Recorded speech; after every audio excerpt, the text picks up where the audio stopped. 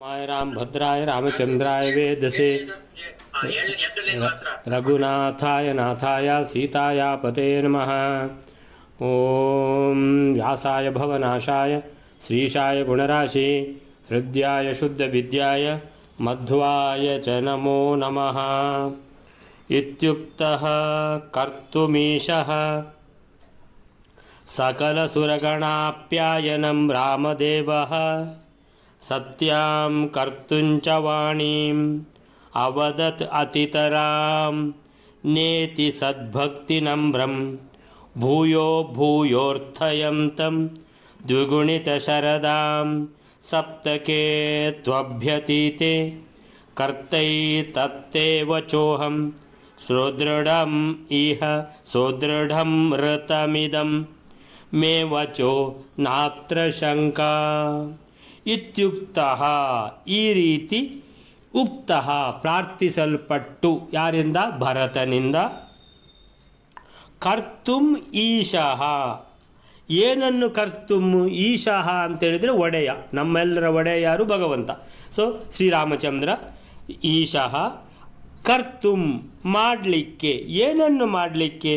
ಸಕಲ ಸುರಗಣ ಆಪ್ಯಾಯನಂ ಕರ್ತುಂ ಅಂತೇಳಿದರೆ ಎಲ್ಲ ದೇವತೆಗಳು, ಸುರಗಣ, ಸುರ ಅಂದರೆ ದೇವತೆಗಳು, ಅಸುರರಂದರೆ ರಾಕ್ಷಸರು. ಸೊ ಸಕಲ ಸುರಗಣ ಎಲ್ಲ ದೇವತೆಗಳಿಗೆ ಆಪ್ಯಾಯನಂ, ಆಪ್ಯಾಯನಂ ಅಂದರೆ ಸಂತೋಷ, ಅವರಿಗೆ ಅಂತೇಳಿದರೆ ನೆಮ್ಮದಿ ತೃಪ್ತಿ ಕೊಡುವಂಥದ್ದು. ಯಾರಿಗೆ? ಎಲ್ಲ ದೇವತೆಗಳ ರಕ್ಷಣೆ. ಅದನ್ನು ಮಾಡಲಿಕ್ಕೋಸ್ಕರನೇ ರಾಮಾವತಾರ ಆಗಿರುವಂಥದ್ದು. ಅಂತೇಳಿದರೆ ರಾವಣ ಕುಂಭಕರ್ಣರದ್ದು ಬಹಳ ಜಾಸ್ತಿ ಆಯಿತು ಅಂತೇಳಿದರೆ ಇನ್ನು ಬಾಕಿದ್ದವರ್ಲಿಕ್ಕೆ ಇರಲಿಕ್ಕೆ ಇವರು ಬಿಡುವುದಿಲ್ಲ ಅಂತ ಹೇಳಿ ದೇವತೆಗಳು ಬ್ರಹ್ಮಾದಿಗಳನ್ನು ಕರ್ಕೊಂಡು, ಬ್ರಹ್ಮದೇವರನ್ನೇ ಕರ್ಕೊಂಡು ಹೋಗಿದ್ದಾರೆ ಎಲ್ಲ ದೇವತೆಗಳು. ಸೊ ಬ್ರಹ್ಮನ ನೇತೃತ್ವದಲ್ಲಿ ಹೋಗಿ ಭಗವಂತನನ್ನು ಪ್ರಾರ್ಥನೆ ಮಾಡಿಕೊಂಡಾಗ ಭಗವಂತ ಒಪ್ಪಿಕೊಂಡು, ಸರಿ ಹಾಗಾದರೆ ನಾನು ಇದು ಮಾಡ್ತೇನೆ, ಏನು ಅವತಾರ ಅಂತೇಳಿ ನೀವು ಸಹ ಎಲ್ಲ ಹೋಗಿ ನೀವು ನಿಮ್ಮ ರೆಸ್ಪೆಕ್ಟಿವ್ ಜಾಗದಲ್ಲೆಲ್ಲ ನೀವು ಸೇರಿಕೊಳ್ಳಿ ಅಂತೇಳಿದರೆ, ಕೆಲವರು ಕಪಿಗಳಾಗಿ ಹುಟ್ಟಿದ್ರು, ಕೆಲವರು ಮನುಷ್ಯರಾಗಿ ಹುಟ್ಟಿದ್ರು. ಸೊ ಹೀಗೆ ಅಂತೇಳಿದರೆ ಸಕಲ ಸುರಗಣ ಆಪ್ಯಾಯನಂ ಕರ್ತುಂ ಅಂದರೆ ದೇವತೆಗಳು ಋಷಿ ಮುನಿಗಳ ಸಂತೋಷಕ್ಕಾಗಿ, ರಾಕ್ಷಸರ ವಧೆಗಾಗಿ, ಪರಿತ್ರಾಣಾಯ ಸಾಧೂನಾಂ ವಿನಾಶಾಯ ಚ ದುಷ್ಕೃತಾಂ ಅಂದರೆ ರಾಕ್ಷಸರ ವಧೆಗೋಸ್ಕರ ಅದು ಅವತಾರ ಮಾಡಿರುವಂಥದ್ದು. ಅದನ್ನು ಮಾಡಲಿಕ್ಕೋಸ್ಕರ ಈ ಅವತಾರ ಮಾಡಿರುವಂಥದ್ದು ರಾಮದೇವ. ಸತ್ಯಾಂ ಕರ್ತುಂಚ ವಾಣಿಂ ಈ ರೀತಿ ವಚನ ಕೊಟ್ಟಾಗಿದೆ. ಏನಂತೇಳಿದರೆ ರಾಕ್ಷಸರ ವಧೆ ಮಾಡ್ತೇನೆ, ಪಿತೃವಾಕ್ಯ ಪರಿಪಾಲನೆ ಮಾಡ್ತೇನೆ ಅಂದರೆ ಅದು ಸಣ್ಣ ವಚನ. ದೊಡ್ಡ ವಚನ ಯಾವುದು? ರಾಕ್ಷಸರ ವಧೆ ಮಾಡುವಂಥದ್ದು ದೊಡ್ಡ ವಚನ ಅದು. ಸೊ ಈ ವಾಣಿ ತನ್ನ ವಚನವನ್ನು ಸತ್ಯಾಂ ಕರ್ತುಂ ಸತ್ಯ ಮಾಡಲಿಕ್ಕೋಸ್ಕರ ಅವದತ್ ಅತಿತರಾಂ ಸದ್ಭಕ್ತಿ ನಮ್ರಂ ಸದ್ಭಕ್ತಿ ಅಂತೇಳಿದರೆ ಭಕ್ತಿಯುತವಾಗಿ ಭರತ ಪರಿಪರಿಯಾಗಿ ಏನು ಮಾಡ್ತಾನೆ? ಪ್ರಾರ್ಥನೆ ಮಾಡ್ತಾ ಇದ್ದಾನೆ ಅಂತೇಳಿದರೆ ವಸಿಷ್ಠರನ್ನು ಕರ್ಕೊಂಡು ಹೋಗಿದ್ದಾನೆ, ಮಾತೆಯರನ್ನು ಕರ್ಕೊಂಡು ಹೋಗಿದ್ದಾನೆ. ಎಲ್ಲರೂ ಹೇಳ್ತಾ ಇದ್ದಾರೆ ಇಲ್ಲ ಶ್ರೀರಾಮಚಂದ್ರ ವಾಪಸ್ ಬರಬೇಕು ಅಂತ ತಿಳ್ಕೊಂಡು ಭಗವಂತನನ್ನು ಸದ್ಭಕ್ತಿ ನಮ್ರಂ ಅಂತೇಳಿದರೆ ಬಾರಿ ಬಾರಿಗೆ ನಮಸ್ಕಾರ ಮಾಡಿ ಅತ್ಯಂತ ನಮ್ರತೆಯಿಂದ ಪ್ರಾರ್ಥನೆ ಮಾಡ್ತಾ ಇದ್ದಾರೆ. ಅವದತ್ ಅತಿತರಾಮ್ ಅಂತೇಳಿದರೆ, ಆದರೆ ಭಗವಂತ ಮಾತ್ರ ಅವದತ್ ಅತಿತರಾಮ್ ಅಂತೇಳಿದರೆ ಅತ್ಯಂತ ಏನು ಕಠೋರ ಅಂದರೆ ಕಠೋರ ಅಂತ ಬರಲಿಲ್ಲ ಇಲ್ಲಿ, ಅತಿತರಾಮ್ ಅಂದರೆ ಅತ್ಯಂತ. ಅವದತ್ತು ಹೇಳಿದರು ಅಂದರೆ ಅತ್ಯಂತ ದೃಢವಾಗಿ, ಅತ್ಯಂತ ಸ್ವಲ್ಪ ಕಠೋರವಾಗಿ ಕೂಡ ಹೇಳಿದರು. ನ ಇತಿ ನೇತಿ, ನೇತಿ ಅಂದ್ರೇನು? ನ ಇತಿ ಬರುವುದಿಲ್ಲ, ಬರಲಿಕ್ಕೆ ಇಲ್ಲ. ಯಾಕಂತೇಳಿದ್ರೆ ಮಾತು ಕೊಟ್ಟಾಗಿದೆ, ಮಾತಿನ ಪ್ರಕಾರ ನಾನು ಬರಲಿಕ್ಕೆ ಇಲ್ಲ, ನಾನು ಪುರ ಪ್ರವೇಶ ಮಾಡಲಿಕ್ಕೆ ಇಲ್ಲ ಅಂತೇಳಿದರೆ ಅಯೋಧ್ಯ ಹೊರಗಡೆನೇ ಇರಬೇಕು, ಇಡೀ ರಾಜ್ಯದ ಹೊರಗಡೆನೇ ಇರಬೇಕು, ವನದಲ್ಲೇ ಇರಬೇಕು, ಒಳಗೆ ಬರುವಾಗೇ ಇಲ್ಲ ನಾನು. ಭೂಯೋ ಭೂಯೋ ಅರ್ಥಯಂತಂ, ಭೂಯೋ ಭೂಯೋ ಅರ್ಥಯಂತಂ ಅಂತೇಳಿದರೆ ಅರ್ಥ ಅಂತೇಳಿದರೆ ಪ್ರಾರ್ಥನೆ ಅಂದರೆ ಪ್ರಾರ್ಥನೆಯಲ್ಲಿ ಸೇರಿಕೊಂಡು ಅದು ಪ್ರಾರ್ಥನೆ ಆಗಿರೋದು, ಇಲ್ಲದಿದ್ದರೆ ಅದು ಸಹ ಅರ್ಥನೆ ಅಂತಲೇ ಆಗ್ತದೆ. ಸೊ ಅರ್ಥಯಂತಂ ಅಂದರೆ ಪ್ರಾರ್ಥನೆ ಮಾಡ್ತಾ ಇದ್ದಾರೆ, ಪರಿಪರಿಯಾಗಿ ಬೇಡ್ತಾ ಇದ್ದಾರೆ. ಭೂಯೋ ಭೂಯೋ ಪುನಃ ಪುನಃ ಪ್ರಾರ್ಥನೆ ಮಾಡ್ತಾ ಇದ್ದಾನೆ. ಯಾರು? ಭರತ. ಇಲ್ಲ, ನಾನು ರಾಜ್ಯ ಆಳುವುದಿಲ್ಲ, ನನ್ನ ರಾಜ್ಯ ಅಲ್ಲ ಅದು, ನನಗದು ಬೇಡ ಅಂತ ಹೇಳ್ಕೊಂಡು ರಾಮ ಯಾವ ರೀತಿ ಹೇಳ್ತಾ ಇದ್ದಾರೋ ಅದೇ ರೀತಿ ಭರತ ಕೂಡ ಹೇಳ್ತಾ ಇದ್ದಾನೆ, ನನಗದು ಬೇಡ, ಅದು ನಿಮ್ಮ ರಾಜ್ಯ, ನೀವೇ ಬರಬೇಕು ಅಂತ ಆ ಮಾತೆಯರ ಹತ್ರ ಹೇಳಿಸ್ತಾ ಇದ್ದಾರೆ, ವಸಿಷ್ಠರ ಹತ್ರ ಹೇಳಿಸ್ತಾ ಇದ್ದಾರೆ, ಇನ್ನು ಯಾರೆಲ್ಲ ಇದ್ದಾರೋ ಎಲ್ಲರೂ ಹೇಳ್ತಾ ಇದ್ದಾರೆ, ಎಲ್ಲರೂ ಪ್ರಾರ್ಥನೆ ಮಾಡ್ತಾ ಇದ್ದಾರೆ. ಏನು ಮಾಡಿದರೂ ಕೂಡ ಶ್ರೀರಾಮಚಂದ್ರ ಹೇಳಿ ಆಯಿತು ನಾ ಇತಿ. ಮತ್ತೆ ಮುಂದುವರಿಸ್ತಾರೆ. ಏನು ಅಂತ ಶ್ರೀರಾಮಚಂದ್ರ ಹೇಳ್ತಾರೆ, ದ್ವಿಗುಣಿತ ಶರದಾಂ ಸಪ್ತಕೆ. ಸಪ್ತಕೆ ಅಂತೇಳಿದರೆ 7, ಸಪ್ತಕೆ 7, ದ್ವಿಗುಣಿತ 2 ಎಳ್ಳಿ ಅಂತೇಳಿದರೆ 2ರಿಂದ ಗುಣಿಸಿದರೆ 7ಕ್ಕೆ ಎಷ್ಟಾಯಿತು? 14 ವರ್ಷ. ಶರದಾಂ. ಸೊ ಶರದಾಮ್ ಅಂತ ಹೇಳುವಂಥ ಒಂದು ವಾಡಿಕೆ ಅದು. ಶರದಾಮ್ ಅಂದರೆ ಒಂದು ವರ್ಷ ಅಂತ. ಶರತ್ಕಾಲದ ಅದು ಬೆಳದಿಂಗಳಿರುವಂತಹ ಹುಣ್ಣಿಮೆ ದಿವಸ ಶರದಾಮ್ ಅಂದರೆ ಆ ಹುಣ್ಣಿಮೆಯಿಂದ ಹುಣ್ಣಿಮೆ ಲೆಕ್ಕ ಅಂತ ಆ ಥರ ಒಂದು. ಸೊ ದ್ವಿಗುಣಿತ ಶರದಾಮ್ ಸಪ್ತಕೆ ಅಂದರೆ 14 ವರ್ಷಗಳ ತು ಅಭ್ಯತೀತೆ. ಸಪ್ತಕೆ ತು ಅಭ್ಯತೀತೆ 14 ವರ್ಷಗಳ ಅಭ್ಯತೀತೆ ಅಂದರೆ ಕಳೆದ ಮೇಲೆ, ಕಳೆಯುವಾಗ. ತು ಖಂಡಿತ ಬರ್ತೇನೆ. ತು ಅಂತ ಹೇಳಿದ್ರೆ ಈಗ ಬರುವುದಿಲ್ಲ, ಆದರೆ 14 ವರ್ಷ ಕಳೆದ ಮೇಲೆ ಮಾತ್ರ ಖಂಡಿತ ಬರ್ತೇನೆ. ತು ಅಂತ 14 ವರ್ಷ ಕಳೆದ ಮೇಲೆ ಬರ್ತೇನೆ, ಅದಕ್ಕೆ ತು. ಸಪ್ತಕೆ ಅಭ್ಯತೀತೆ ತು ಕರ್ತ ಅಸ್ಮಿ ಏತತ್. ಕರ್ತ ಬರ್ತೇನೆ, ನಾನು ಬರುವವನೇ, ನಾನು ಅಂತ ಹೇಳಿದ್ರೆ ಏನು? ವಾಪಸ್ ಬರುವವನೇ, ಪರ್ಮನೆಂಟ್ ಏನಲ್ಲ. ಕರ್ತ ಏತತ್ ತೇ ವಚಃ. ಈಗ ಈ ವಚನ ಕೊಡ್ತಾ ಇದ್ದೀನಿ. ಏನಂತ ಹೇಳಿದರೆ 14 ವರ್ಷ ಆಗುತ್ತಲೇ ನಾನಲ್ಲಿ ಇದ್ದೇನೆ. ಕರ್ತ ಏತತ್ ವಚೋ. ಏನದು? ದ್ವಿಗುಣಿತ ಶರದಾಂ ಸಪ್ತಕೆ ಅಂತೇಳಿದರೆ 14 ವರ್ಷಗಳು ಕಳೆದ ಮರುದಿನವೇ ನಾನಲ್ಲಿ ಇದ್ದೇನೆ. ಅಭ್ಯತೀತೆ, ಅತೀತೆ ಅಂದರೆ ಕಳೆಯುವುದು ಅಂತ ಹೇಳಿದರೆ 14 ವರ್ಷಗಳು ಕಳೆದಾಗ ನಾನಲ್ಲಿದ್ದೇನೆ, ಮಾತಿನ ಪ್ರಕಾರ ನಾನಲ್ಲಿದ್ದೇನೆ. ವಚೋ ಅಹಂ ಸುದೃಢಂ, ಇದು ಖಂಡಿತ. ಋತಂ ಇದಂ, ಇದು ಸತ್ಯ. ಯಾವುದು? ಸುದೃಢಂ ಅಂದರೆ ಇದು ದೃಢವಾದ ಮಾತು, ಋತಂ ಅಂದರೆ ಇದು ಸತ್ಯವಾದ ಮಾತು. ಸತ್ಯಂ ಸುದೃಢಂ ವಚಃ ಅಹಂ ಅಂದರೆ ಈ ಮಾತಿನ ಪ್ರಕಾರ 14 ವರ್ಷ ವನವಾಸ ಕಳೆದು ನಾನು ನನ್ನ ಎಲ್ಲ ಇದು ಕರ್ತವ್ಯವನ್ನು ಪೂರೈಸಿ ಬರ್ತೇನೆ. ದ್ವಿಗುಣಿತ ಶರದಾಂ ಸಪ್ತಕೆ ತು ಅಭ್ಯತೀತೆ ಕರ್ತ ಏತತ್ ತೇ ವಚೋ ಅಹಂ. ಈ ವಚನವನ್ನು ಕೊಡ್ತಾ ಇದ್ದೀನಿ, ಖಂಡಿತ ಬರ್ತೇನೆ. ಅಹಂ ಸುದೃಢಂ ಋತಂ, ಇದು ದೃಢವಾದ ಮಾತು, ಋತಂ ಸತ್ಯವಾದ ಮಾತು. ಭಗವಂತನಿಗೆ ಏನು ಹೇಳ್ತಾರೆ ಅಂದರೆ ಸತ್ಯ ಸಂಕಲ್ಪ ಅಂತ ಹೇಳ್ತಾರೆ. ಒಂದು ಸತ್ಯ ಭಗವಂತನ ಸಂಕಲ್ಪ. 14 ವರ್ಷ ವನವಾಸ, 14 ವರ್ಷ ವನವಾಸದಲ್ಲಿ ಎಲ್ಲ ಕರ್ತವ್ಯಗಳ ಪೂರೈಸಿ ನಂತರ 14 ವರ್ಷ ಆದ ಕೂಡಲೇ ಬಂದೇ ಬಿಡ್ತೇನೆ ಅನ್ನುವಂಥ ಋತಂ. ಸುದೃಢಂ ಋತಂ ಇದಂ ಮೇ ವಚೋ ಅಹಂ, ಇದು ನನ್ನ ವಚನ. ಸುದೃಢಂ ದೃಢವಾದ ವಚನ, ಋತಂ ಸತ್ಯವಾದ ವಚನ, ಇದಂ ಈ ವಚನ, ಮೇ ನನ್ನದ್ದು, ವಚಃ ಅಂದರೆ ಈ ಮಾತು, ನ ಅತ್ರ ಶಂಕಾ ಅಂತೇಳಿದರೆ ಸಂದೇಹ ಬೇಡ. ಭರತ ಹೋಗು, 14 ವರ್ಷ ನೀನೀಗ ಏನಾದರೂ ಮಾಡಿ ರಾಜ್ಯ ಆಳಲೇಬೇಕು, ಈಗ ಅದು ನಿನ್ನ ಕರ್ತವ್ಯ ಆಗಿದೆ, ಹೋಗಲೇಬೇಕು ನೀನು ವಾಪಸ್ಸು ಅಂತಕೊಂಡು ಅಂತೇಳಿದರೆ ನಾನು ಬರ್ತೇನೆ ಇಲ್ವಂತ ಆ ರೀತಿಯ ಸಂದೇಹ ಬೇಡ. ನಾ ಅತ್ರ ಶಂಕಾ, 14 ವರ್ಷ ಕಳೆಯುತ್ತಲೇ ನಾನಲ್ಲಿ ಇದ್ದೇನೆ, ಅದರಲ್ಲಿ ಮಾತ್ರ ಸಂದೇಹ ಬೇಡ ಅಂತ ಕಡಾಖಂಡಿತವಾಗಿ ಶ್ರೀರಾಮಚಂದ್ರ ಹೇಳ್ತಾರೆ. ಈಗ ಬರುವುದಿಲ್ಲ, ಹೋಗು ವಾಪಸ್ಸು ಅಂತ ತಿಳ್ಕೊಂಡು ಹೇಳ್ತಾ ಇದ್ದಾರೆ. ಈ ಯಾವುದಿದು 5ನೇ ಅಧ್ಯಾಯದ 7ನೇ ಶ್ಲೋಕ ಏನು ಹೇಳ್ತಾ ಇದ್ದಾರೆ ಅಂತ ಹೇಳಿದ್ರೆ, ಪ್ರಭಂಜನಾಚಾರ್ಯರು ಏನು ಹೇಳ್ತಾ ಇದ್ದಾರೆ 7ನೇ ಶ್ಲೋಕಕ್ಕೆ. ಸೊ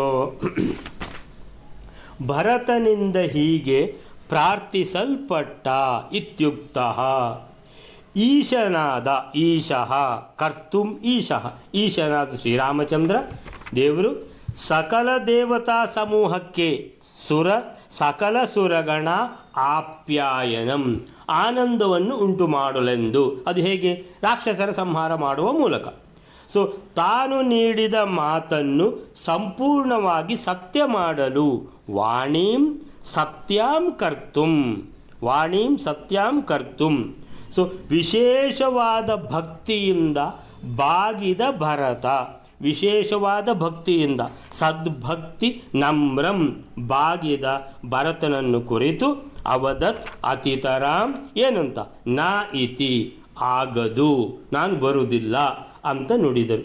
ಮತ್ತೆ ಮತ್ತೆ ಪ್ರಾರ್ಥಿಸತೊಡಗಿದಾಗ ಭೂಯೋ ಭೂಯೋ ಅರ್ಥಯಂತಂ ಭರತನಿಗೆ ಶ್ರೀರಾಮಚಂದ್ರ ಏನು ಹೇಳ್ತಾರೆ ಅಂದರೆ 14 ವರ್ಷಗಳು ಕಳೆದಾದ ಮೇಲೆ ದ್ವಿಗುಣಿತ ಶರದಾಂ ಸಪ್ತಕೆ ತು ಅಭ್ಯತೀತೆ, ಕಳೆದಾದ ಮೇಲೆ ನಾನು ನಿನ್ನ ಮಾತನ್ನು ನಡೆಸುವೆ. ಕರ್ತ ಏತಪ್ತೇ ವಚಂ, ವಾಪಸ್ ಬರಬೇಕು ನೀನು ವಾಪಸ್ ಬರಬೇಕು ಅಂತ ಪ್ರಾರ್ಥನೆ ಮಾಡ್ತಾ ಇದೆಯಲ್ಲ, ಬರ್ತೇನೆ, ಮಾತ್ರ ಈಗಲ್ಲ, 14 ವರ್ಷ ಆದಮೇಲೆ. ಅಹಂ ಅದು ಸುದೃಢಂ ಋತಂ, ಇದು ಮಾತ್ರ ಸತ್ಯವಾದ ಮಾತು, ದೃಢವಾದ ಮಾತು, ಇದು ನನ್ನ ವಚನ, ಇದರಲ್ಲಿ ಮಾತ್ರ ಸಂಶಯ ಬೇಡ ಎಂದು ತಿಳಿಸ್ತಾ ಇದ್ದಾರೆ ಶ್ರೀರಾಮಚಂದ್ರ ಭರತನಿಗೆ. ಶ್ರೀರಾಮನು ವನವಾಸಕ್ಕೆ ತೆರಳಿದ್ದ ಕಾರಣನೇ ಏನು ಹೇಳಿದ್ದಾರೆ ಅವರು, ತ್ರಿದಶ ಮುನಿಕೃತೆ, ದೇವತೆಗಳು ಮತ್ತು ಋಷಿ ಮುನಿಗಳಿಗೋಸ್ಕರ ವನವಾಸಕ್ಕೆ ಹೋಗ್ತಾ ಇರುವಂಥದ್ದು ಅಂತ ತಿಳ್ಕೊಂಡು ಹೇಳಿ ಆಗಿದೆ. ಆವಾಗಲೇ ದೃಢವಾದ ಮಾತದು, ಹಿಂದಕ್ಕೆ ಹೋಗ್ಲಿಕ್ಕಿಲ್ಲ ಅಂತ. ಆಮೇಲಿಂದ ಶ್ರೀರಾಮನು ತನ್ನ ಮಾತನ್ನು ಸುದೃಢಂ ಋತಂ ಎಂದು ತಿಳಿಸಿರುವುದು ಅತ್ಯಂತ ಗಮನಾರ್ಹವಾದ ಸಂಗತಿ. ಇದರಿಂದ ಶ್ರೀರಾಮನು ವ್ಯಾಸಾದಿ ರೂಪಗಳಿಂದ ಬರೆದಿರುವ ಉಪದೇಶಿಸಿರುವ ಸಕಲ ಗ್ರಂಥಗಳು ಸಹ ಅತ್ಯಂತ ಯಥಾರ್ಥ ಎಂಬ ವಿಶೇಷಾಂಶ ತಿಳಿಯುತ್ತದೆ. ಸೊ ಯಾವ ರೀತಿ ವ್ಯಾಸರು ಮಹಾಭಾರತ ಬರೆದಿದ್ದಾರೆ, ಬ್ರಹ್ಮಸೂತ್ರ ಬರೆದಿದ್ದಾರೆ, ಹೇಗೆ ಅದೆಲ್ಲ ಸತ್ಯವೋ ಹಾಗೆ ರಾಮನು ಕೊಡುವಂಥ ವಚನ ಕೂಡ ಅದೇ ಥರ ಸತ್ಯ ಅಂತ. ಸೊ ಅಲ್ಲಿಂದ ಸತ್ಯಾಂ ಕರ್ತುಂಚ ವಾಣೀಂ ಎಂಬ ಮಾತಿನಿಂದ ರಾಮದೇವರ ಮಾತು ರಾಮ ಬಾಣ ಇದ್ದ ಹಾಗೆ, ಅದು ಸಹ ಅಷ್ಟೇ, ಒಂದು ಸಲ ವಚನ ಕೊಟ್ಟರೆ ಆಗಿ ಹೋಯಿತು ಅಂತ ಹೇಳ್ತಾ ಇದ್ದಾರೆ. ಸೊ ಅಲ್ಲಿಗೆ ಈ 7ನೇ ಶ್ಲೋಕ ಮುಗೀತು. 8ನೇ ಶ್ಲೋಕಕ್ಕೆ ಹೋಗುವ ಬೇರೆ ರಾಮವಾಕ್ಯಂ ಹುತಭುಜ ಪತನೆ ಸ ಪ್ರತಿಜ್ಞಾಂ ಚಕ್ರತ್ವಾ ರಾಮೋಕ್ತಸ್ಯಾನ್ಯಥಾತ್ವೇ ನತು ಪರಮಭಿವೇಕ್ಷ್ಯಃ ವಿದ್ಯೇವ ತಾವತ್ ಕೃತ್ವಾ ನ್ಯಾಂ ಸ ಪ್ರತಿಜ್ಞಾಂ ಅವಸದತ ಬಹಿರ್ಗ್ರಾಮಕೆ ನಂದಿನಾಂನಿ ಶ್ರೀಶಸ್ಯೈವಾಸ್ಯ ಕೃತ್ವಾ ಶಿರಸಿ ಪರಮಕಂ ಪೌರಟಂ ಪಾದಪೀಠಂ. 8ನೇ ಶ್ಲೋಕ. ಈ ರೀತಿ ರಾಮನು ಹೇಳಿದ ಮಾತನ್ನು ಕೇಳಿ ಭರತನು ಒಂದೊಮ್ಮೆ ರಾಮನು ಹೇಳಿದ ಮಾತು ನಡೆಸದೆ ಹೋದರೆ ತಾನು ಅಗ್ನಿ ಪ್ರವೇಶ ಮಾಡುವುದಾಗಿ ಪ್ರತಿಜ್ಞೆಯನ್ನು ಮಾಡಿದನು. ಅಷ್ಟೇ ಅಲ್ಲದೆ ಶ್ರೀರಾಮನು ಅಯೋಧ್ಯ ಪಟ್ಟಣಕ್ಕೆ ಬರುವ ತನಕ ತಾನು ಅಯೋಧ್ಯ ಪಟ್ಟಣವನ್ನು ಸರ್ವತಾ ಪ್ರವೇಶ ಮಾಡಲಾರನು ಎಂದು 2ನೇ ಪ್ರತಿಜ್ಞೆಯನ್ನು ಮಾಡಿದನು. ಅದರ ಜೊತೆಗೆ ತನ್ನ ನಿತ್ಯ ಕರ್ಮವಾದ ಅಧ ಶಯನ, ಬ್ರಹ್ಮಚರ್ಯ, ಭೋಜನ, ಜಟಾವಲ್ಕರ ಧಾರಣ ಇತ್ಯಾದಿ ವಿಷಯಗಳಲ್ಲಿಯೂ ಕಟುವಾದ ಆಚರಣೆ ಮಾಡುವುದಾಗಿಯೂ ಪ್ರತಿಜ್ಞೆಯನ್ನು ಮಾಡಿದನು. ಈ ರೀತಿ ಪ್ರತಿಜ್ಞೆ ಮಾಡಿದ ಮೇಲೆ ಶ್ರೀಪತಿಯಾದ ಶ್ರೀರಾಮನ ಉತ್ತಮವಾದ ಸುವರ್ಣಾತ್ಮಕವಾದ 2 ಪಾದುಕೆಗಳನ್ನು ಶಿರಸ್ಸಿನಲ್ಲಿ ಇಟ್ಟುಕೊಂಡು ಅಯೋಧ್ಯ ಪಟ್ಟಣದ ಹೊರಕ್ಕೆ ಇರತಕ್ಕಂತಹ ನಂದಿ ಎನ್ನುವ ಗ್ರಾಮದಲ್ಲಿ ಆವಾಸ ಮಾಡಿದನು. ಶ್ರುತ್ವಾ ಏತದ್ ರಾಮವಾಕ್ಯಂ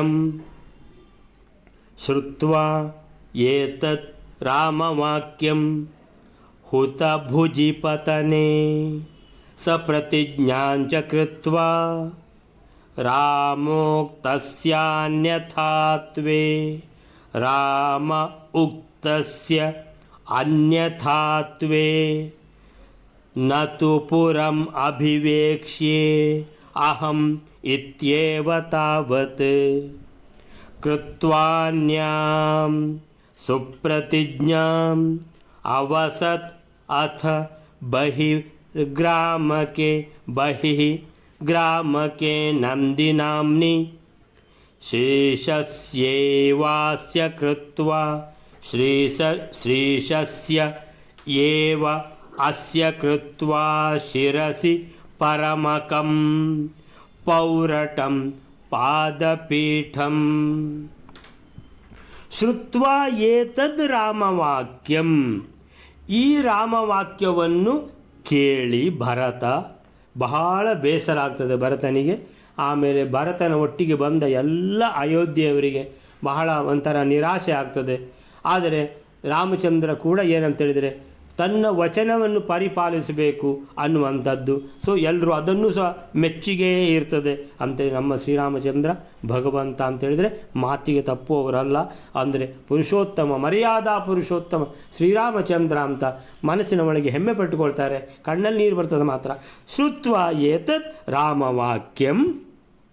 ಭರತ ಮಾತ್ರ ಹೇಳ್ತಾನೆ, ಭರತನಿಗೆ ಏನಂತ ಹೇಳಿದರೆ ನಿರಾಶೆ, ಬಹಳ ನಿರಾಶೆಯಾಗಿ ಹೇಳ್ತಾನೆ, ಈ ರೀತಿ ಅಂತೇಳಿದರೆ ಎಷ್ಟು ಹೇಳಿದರೂ ಸಹ ಕೇಳುವುದಿಲ್ಲಲ್ಲ ನೀವು ಅಂತ ಹೇಳ್ಕೊಂಡು ನಾನು ಸಹ ಪ್ರತಿಜ್ಞೆ ಮಾಡ್ತೇನೆ ಅಂತ ಏನು ಪ್ರತಿಜ್ಞೆ ಮಾಡ್ತಾನೆ ಭರತ. ಏನು ಅಂತ, ಹುತ ಭುಜಿ ಪತನೆ. ಹುತ ಭುಜಿ ಅಂದರೆ ಬೆಂಕಿಯಲ್ಲಿ, ಪತನೆ ಬಿದ್ದು ಬಿಡ್ತೀನಿ, ಬೆಂಕಿಗೆ ಬಿದ್ದು ಬಿಡ್ತೀನಿ ನಾನು. ಸ ಪ್ರತಿಜ್ಞಾಂಚ ಕೃತ್ವ, ನಾನು ಸಹ ಪ್ರತಿಜ್ಞೆ ಮಾಡ್ತೇನೆ. ಸ ಭರತ, ಸ ಅಂದರೆ ಸಹ, ಪ್ರತಿಜ್ಞಾಂಚ ಕೃತ್ವ, ಪ್ರತಿಜ್ಞೆ ಮಾಡ್ತಾರೆ ಭರತ. ಏನಂತ ಹೇಳಿದರೆ ಬೆಂಕಿಗೆ ಬಿಡ್ತೀನಿ ನಾನು. ಯಾವಾಗ?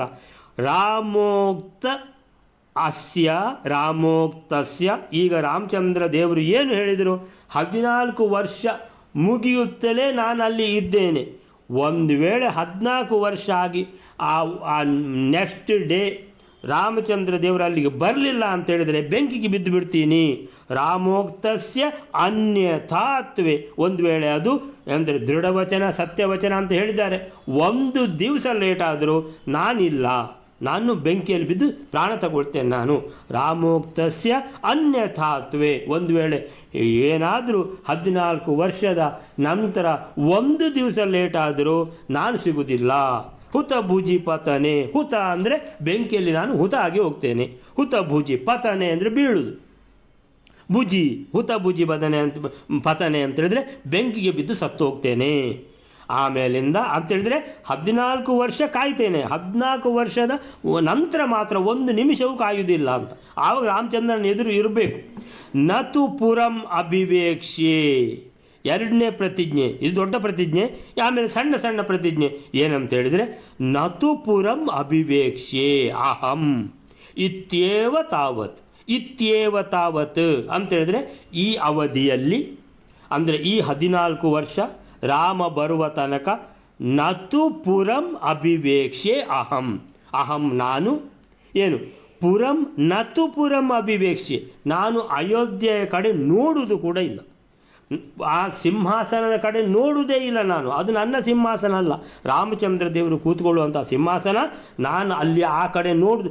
ನತು, ನತು ಅಂದರೆ ಖಂಡಿತ ಇಲ್ಲ. ನ ತು ಪುರಂ ಅಭಿವೇಕ್ಷೆ. ಪುರಂ ಅಂದರೆ ಯಾವುದು? ಪಟ್ಟಣ. ಯಾವುದು ಪಟ್ಟಣ ಇಲ್ಲಿ? ಅಯೋಧ್ಯೆ.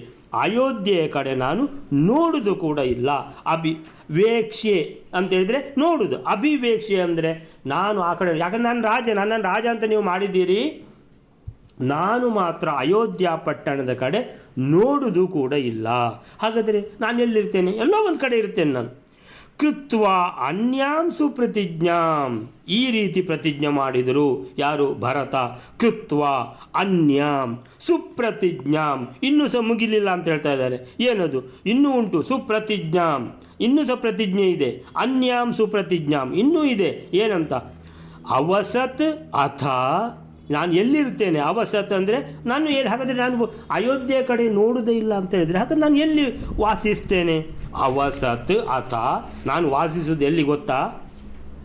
ಬಹಿಹಿ, ಹೊರಗೆ, ಅಯೋಧ್ಯೆಯಿಂದ ಹೊರಗೆ. ಎಲ್ಲಿ ಅದು? ಗ್ರಾಮಕ್ಕೆ, ಒಂದು ಹಳ್ಳಿ, ಸಣ್ಣ ಹಳ್ಳಿ. ನಂದಿನಾಮ್ನಿ. ನಂದಿ ಅಂತ ಹೇಳುವ ಒಂದು ಸಣ್ಣ ಹಳ್ಳಿ ಗ್ರಾಮ ಅಂತೇಳಿದರೆ ನೀವೆಲ್ಲ ಕೇಳಿದಿರೋ ಇಲ್ವೋ? ನಾನು ಮಾತ್ರ ಅಲ್ಲಿರುವುದು. ಅಲ್ಲಿ ಒಂದು ಆಶ್ರಮದಲ್ಲಿರುವುದು ನಾನು. ಯಾವುದು? ಹೇಗೆ ಇರ್ತೇನೆ ಅಂತೇಳಿದರೆ ಅದಕ್ಕೆ ಒಂದು ಶ್ಲೋಕವೇ ಇದೆ. ಹೇಗೆ ತಾನು ಅಲ್ಲಿ ಹೇಗೆ ಇರ್ತೇನೆ ಅಂತ. ಏನಂತ ಹೇಳಿದರೆ, ಹೇಗೆ ಇರ್ತೇನೆ ಅಂತೇಳಿದರೆ, ಯಾವತ್ ಆಗಮನಂ ತಸ್ಯ ರಾಘವಸ್ಯ ಮಹಾತ್ಮನಃ. ರಾಘವಸ್ಯ ಮಹಾತ್ಮನಃ, ಶ್ರೀರಾಮಚಂದ್ರ ಮಹಾತ್ಮ ಎಂದರೋ ಮಹಾನುಭಾವರು. ಸೊ ಯಾವತ್ ಆಗಮನಂ, ಅವರು ಬರುವ ತನಕ, ತಾವತ್ ವ್ರತಪರಾಹ. ವ್ರತಪರಾಹ ಅಂದರೆ ನಾನು ವೃತಸ್ಥನಾಗಿ ಇರ್ತೇನೆ. ಎಂಥ ವ್ರತ ಇದು! ಸರ್ವೇ ಬಭೂವು ಪುರವಾಸಿನಃ. ಏನದು? ಭ್ರಾತೃವಿಯೋಗ ಜನಿತಂ, ಶ್ರೀರಾಮಚಂದ್ರ ಇಲ್ಲ ಅನ್ನುವಂತಹ ಈ ವಿಯೋಗವನ್ನು ನಾನು ಹೇಗೆ ಕಳೀತೇನೆ, ಇಂತಹ ವಿರಹ ದುಃಖವನ್ನು ಹೇಗೆ ಕಳೀತೇನೆ ಅಂತೇಳಿದರೆ, ದುಃಖ ಚಿಹ್ನಂ ವಹನ್ ಬಹುಗರ್ತಶಾಯಿ. ದುಃಖ ಚಿಹ್ನೆ ಅಂತೇಳಿದರೆ ಈ 14 ವರ್ಷ ನನಗೆ ದುಃಖದ ದಿನಗಳು. ಸೊ ಏನಂತೇಳಿದರೆ ನಾನು ಹೇಗೆ ಇರ್ತೇನೆ, ಗರ್ತಶಾಯಿ, ಹೊಂಡದಲ್ಲಿ ಮಲಗೋದು. ಗರ್ತ ಅಂದರೆ ಹೊಂಡ, ಗರ್ತಶಾಯಿ ಅಂದರೆ ಅಧಶಯನಂ ಅಂತೇಳಿದರೆ ನನಗೆ ಮಂಚ ಯಾವುದು, ಹಾಸಿಗೆ, ರಾಜ, ಈಗ ಭರತ ರಾಜ, ಎಷ್ಟು ದೊಡ್ಡ ಹಾಸಿಗೆ, ಎಷ್ಟು ದೊಡ್ಡ ಮಂಚ, ಅಯ್ಯೋ ಏನೆಲ್ಲ ವೈಭವ, ನನಗೆ ಬೇಡ ಅದೆಲ್ಲ. ನಾನು ಕೆಳಗೆ ಮಲಗುದು, ಒಂದು ಚಾಪೆ ಹಾಕಿದರೆ ಆಯಿತು, ಇಲ್ಲದಿದ್ದರೆ ನೆಲದ ಮೇಲೆ ಮಲಗುದು ನಾನು. ಗರ್ತಶಾಯಿ, ಬ್ರಹ್ಮಚಾರಿ, ಹೆಂಡತಿ ಒಟ್ಟಿಗೆ ಇರುವುದಿಲ್ಲ, ಬ್ರಹ್ಮಚಾರಿ, ಜಟಾವಲ್ಕಲ ಸಂಯುತ, ಜಟೆ ಬೆಳೆಸಿಬಿಡ್ತೇನೆ, ತಲೆ ಬಾಚುವುದಿಲ್ಲ, ಜಟಾವಲ್ಕಲ ಸಂಯುತ, ಕೃಷಾಂಗ ಎಷ್ಟಿ ದುಃಖಾರ್ಥ ಅಂತೇಳಿದರೆ ನಾನು ಯಾವ ರೀತಿ, ನನ್ನ ಅಂಗಾಂಗ ಯಾವ ರೀತಿ ಇದೆ ಅದೆಲ್ಲ ದುಃಖಾರ್ಥ ಅಂತೇಳಿದರೆ ಇದು ದುಃಖದಿಂದ ಕಳೆಯುವಂಥ ದಿನಗಳು. ಕುರ್ವನ್ ರಾಮಕಥಾ ಮುಹು ಅಂದರೆ ರಾಮಕಥೆಯಿಂದ, ರಾಮಕಥೆ ಮಾಡ್ತಾ ಇರ್ತೇನೆ ಅಂತೇಳಿದರೆ ಯಾವ ರೀತಿ ನಮ್ಮ ರಾಮದೂತ ಹನುಮಂತ ದೇವರು ಯಾವ ರೀತಿ ರಾಮಕಥೆಯಿಂದ ದಿನ ಕಳೆಯುತ್ತಾರೋ, ಆ ರಾಮದೂತ ಶುರು ಮಾಡುವ ಮೊದಲು ಇವರು ಶುರು ಮಾಡಿಬಿಟ್ಟಿದ್ದಾರೆ. ಯಾರು? ಭರತ ಶುರು ಮಾಡಿದ್ದಾರೆ. ಈ ನಂದಿ ಎನ್ನುವಂಥ ಗ್ರಾಮದಲ್ಲಿ ಆಶ್ರಮದಲ್ಲಿ ಇದ್ದುಕೊಂಡು ರಾಮಕಥೆಯನ್ನು ಹೇಳುತ್ತಾ ನಾನು ಕುರ್ವನ್ ರಾಮಕಥಾಂ, ನಾನು ದಿನ ಕಳೆಯುತ್ತೇನೆ. ಆಮೇಲೆ ಏನು ತಿಂತೀನಿ, ಯವಾನ್ನಮಪಿ ನೋ ಭುಕ್ತಿ ಅಂದರೆ ಯಾವುದೇ ಅಕ್ಕಿಯಾಗಲಿ ಗೋಧಿಯಾಗಲಿ ಯಾವುದು ತಿನ್ನುವುದಿಲ್ಲ. ಯವಾನ್ನಮಪಿ ನೋ ಭುಕ್ತಿ, ಅದನ್ನೆಲ್ಲ ತಿನ್ನುವುದಿಲ್ಲ ನಾನು ವೃತದ ಊಟ ಮಾಡಬಹುದು. ವೃತದ ಊಟ ಅಂತೇಳಿದರೆ ಏನಂತೇಳಿದರೆ ಖಾಲಿ ಇದು ಮಾತ್ರ, ಕಂದಮೂಲ, ಗೆಣಸು, ಆಮೇಲೆ ತರಕಾರಿ, ಏನೋ ಫ್ರೂಟ್ಸು ಅಂಥದ್ದು, ಅದು ಮಾತ್ರ ತಿನ್ನೋದು. ಅಕ್ಕಿ ಊಟ ಸಮೇತ ನಾನು ಮಾಡೋದಿಲ್ಲ. ಯವಾನ್ನಮಪಿ ನೋ ಭುಕ್ತೆ ಜಲಂ ಪಿಬೇತಿ ನೋ ಮುಹು, ನಾನು ನೀರು ಕೂಡ ಬಾರಿಯಾಗಿ ಕುಡಿಯೋದಿಲ್ಲ. ಅಂದರೆ ಯಾವ ರೀತಿ ಸ್ವಾಮಿಗಳು, ಅಷ್ಟಮಠದ ಸ್ವಾಮಿಗಳು, ಮಧ್ವಾಚಾರ್ಯರ ಶಿಷ್ಯರು ಯಾವ ರೀತಿ ಇರ್ತಾರೋ, ಒಂದು ಸಲ ಊಟ, ಆಮೇಲಿಂದ ನೀರು ಕುಡಿಯುವುದಿಲ್ಲ, ಆಮೇಲಿಂದ ಏನೂ ತಿನ್ನುವುದಿಲ್ಲ ಅನ್ನುವಂಥ ಕಠಿಣವಾದ ವ್ರತ ಕೈಗೊಳ್ತೇನೆ ಅಂತ ಹೇಳ್ತಾನೆ ಭರತ. ನಾನು ಮಧ್ಯದಲ್ಲಿ ನೀರು ಕೂಡ ಕುಡಿಯುವುದಿಲ್ಲ, ಒಂದು ಸಲ ಊಟ, ಅದು ಎಂಥ ಊಟ, ಖಾಲಿ ಗೆಡ್ಡೆ ಗೆಣಸು, ಆಮೇಲೆ ತರಕಾರಿ, ಇಂಥದ್ದು ಮಾತ್ರ. ಸೊ ಈ ರೀತಿ ಹೇಳ್ತಾರೆ. ಆಮೇಲಿಂದ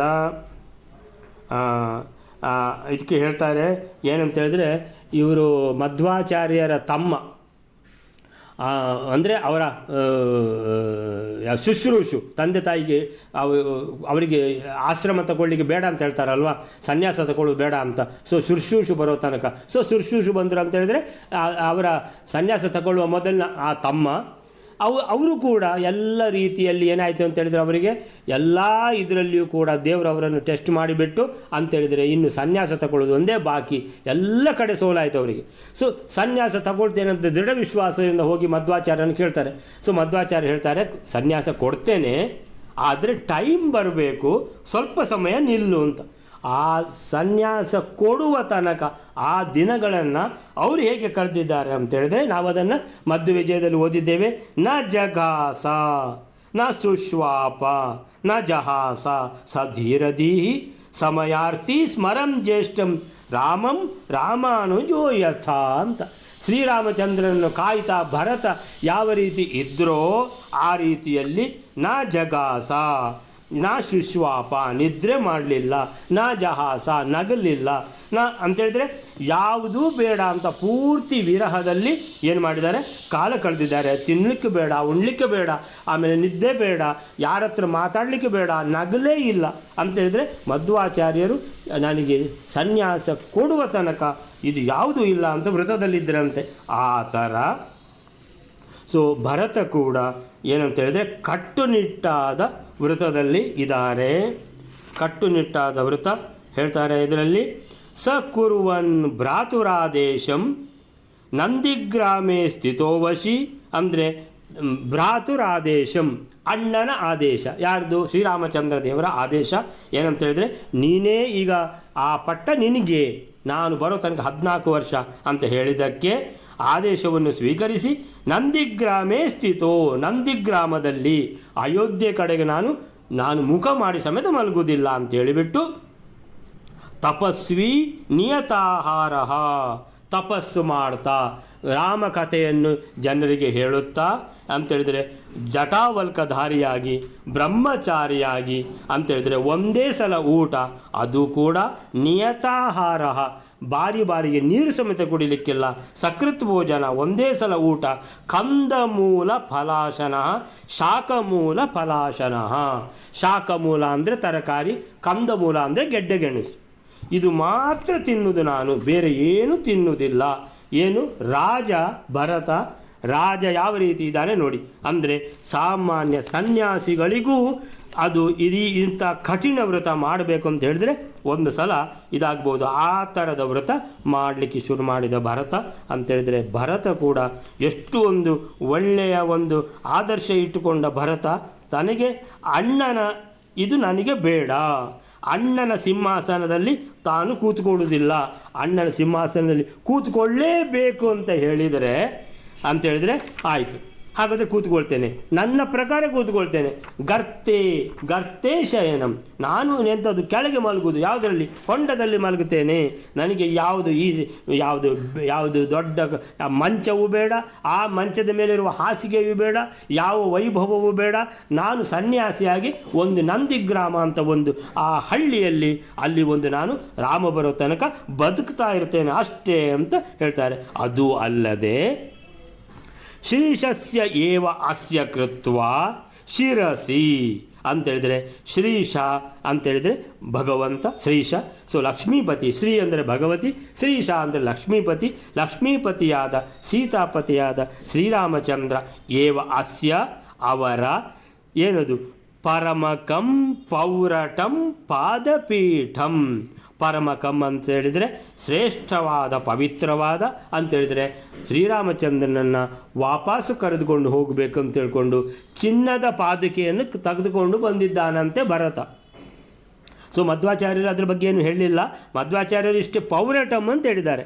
ಪರಮಕಂ ಶ್ರೇಷ್ಠವಾದ ಪವಿತ್ರವಾದ, ಪರಮಕಂ ಅಂದರೆ ಪರ ಅಂದರೆ ಶ್ರೇಷ್ಠ, ಪೌರಟಂ ಅಂದರೆ ಬಂಗಾರದ್ದು ಚಿನ್ನದ್ದು ಪೌರಟಂ, ಪಾದಪೀಠಂ ಅಂದರೆ ಪಾದುಕೆಗಳು ಅಂತೇಳಿದರೆ ಈ ಶ್ರೀರಾಮ ಇರುವುದೆಲ್ಲಿ, ವನವಾಸದಲ್ಲಿ. ಬಂಗಾರದ ಪಾದುಕೆ ಎಲ್ಲಿ ಸಿಕ್ತು ಅಂತ ಹೇಳಿದರೆ ಭರತನೇ ತಂದಿರೋದು. ಯಾಕೆ ತಂದಿದ್ದು ಅಂತ ಹೇಳಿದರೆ ರಾಮನನ್ನು ವಾಪಸ್ ಕರ್ಕೊಂಡು ಹೋಗಲಿಕ್ಕೆ ಈ ಬಂಗಾರದ ಯಾವುದು ಪಾದುಕೆಗಳನ್ನು ಹಾಕಿಕೊಂಡು ರಾಮ ವಾಪಸ್ ಹೋಗಬೇಕು ಅಯೋಧ್ಯೆಗೆ ಅಂತ ಹೇಳ್ಕೊಂಡು ತಂದಿದ್ದು. ಈಗ ರಾಮ ವಾಪಸ್ಸು ಬರುವುದಿಲ್ಲ ಅಂತ ಹೇಳಿದ ಕೂಡಲೇ ಅದೇ ಪಾದುಕೆಯನ್ನು ತಲೆ ಮೇಲೆ ಇಟ್ಟುಕೊಂಡು ಪೌರಟಂ ಪಾದಪೀಠಂ ಪರಮಕಂ, ಪರಮಕಂ ಅಂದರೆ ಶ್ರೇಷ್ಠವಾದ, ಪೌರಟಂ ಅಂದರೆ ಬಂಗಾರದ್ದು, ಪಾದಪೀಠಂ ಅಂದರೆ ಪಾದುಕೆಗಳನ್ನು ಶಿರಸಿ ಕೃತ್ವ ಅಂತೇಳಿದರೆ ತಲೆ ಮೇಲೆ ಇಟ್ಟುಕೊಂಡು ನಾನು ಈ ಪಾದುಕೆಗಳನ್ನು ಮೇಲೆ ಇಟ್ಟು ಪೂಜೆ ಮಾಡ್ತಾ ನಾನು ಈ ನನ್ನ ಏನು ಕರ್ತವ್ಯ ಅಂತ ಹೇಳ್ಕೊಂಡು ನೀವು ನನಗೆ ವಹಿಸಿದ್ದೀರಿ ಆ ಕರ್ತವ್ಯವನ್ನು ಈ ರೀತಿ ವ್ರತದ ರೀತಿಯಲ್ಲಿ ನಿರ್ವಹಿಸುತ್ತೇನೆ ಅಂತ ಭರತ ಪ್ರತಿಜ್ಞೆ ಮಾಡ್ತಾರೆ.